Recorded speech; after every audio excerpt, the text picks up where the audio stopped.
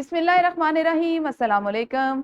यकीनन आप सब खैरियत से होंगे, तंदुरुस्त होंगे। मैं हूँ आपकी उर्दू की मुअल्लिमा अक्सा जाहिद अकबर, और आज हम अपनी दरसी किताब से बी लिफ्ट नंबर 14 को मुकम्मल करेंगे, जिसमें तसलसल की इस सरगर्मी को आपने अपनी किताबों पर मुकम्मल करना था, जिसको यकीनन आपने अहसन अंदाज में मुकम्मल कर लिया होगा।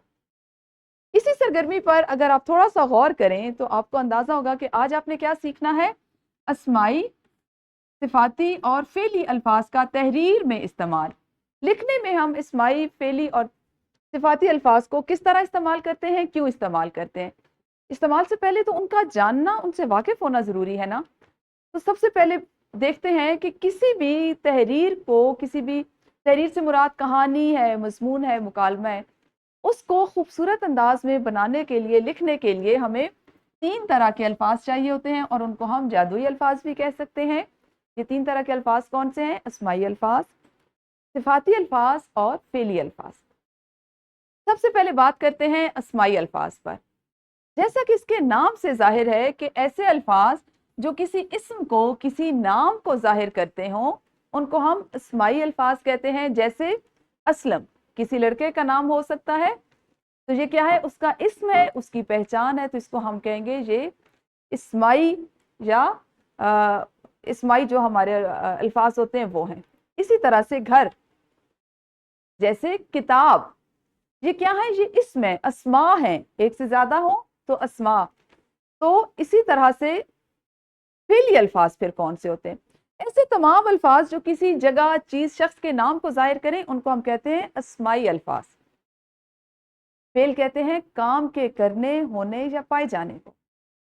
तो ऐसे अल्फाज जो जुमलों में, जिनकी मदद से हम काम का करना होना जाहिर करें, उनको हम कहेंगे फेली अल्फाज। ठीक है? वो अल्फाज जो किसी फेल को जाहिर करें। जैसे आना, स्कूल से आना, घर वापस आना, मस्जिद से आना। आना एक काम है, फेल है। जैसे निकले, या निकलना, या निकलो।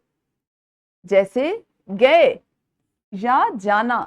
तो ये क्या है? ये अल्फाज जो हैं आपके अफ़आल को, आपके कामों को जाहिर कर रहे हैं, तो इनको हम कहेंगे फेली अल्फाज।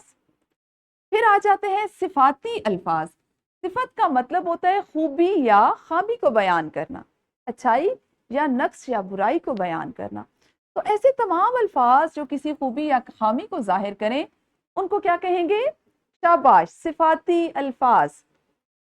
जैसे अमीन, सच बोलने वाला, सिफत है ना किसी की। अमानतदार है ना, अमानतदारी एक सिफत है, आप सल्लम की सिफत को जाहिर करती है। हम में अगर ऐसा कोई काम करें तो हम भी कहते हैं अमीन है, अमानतदार है।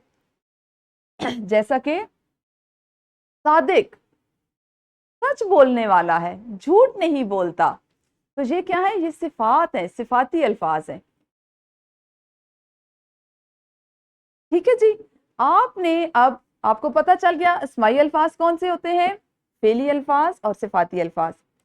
इसी सब को जहन में रखते हुए तहरीर में इस्तेमाल हम कर लेते हैं तदरीसी जांच की सूरत में, जो आप किताबों पर करोगे। और आज आपने घर जाकर जो निखार की सरगर्मी है, जो किताबें तमरीन और जायजा पर दी गई है, इसको करेंगे। अपना बहुत ख्याल रखिए। अल्लाह हाफिज, शुक्रिया।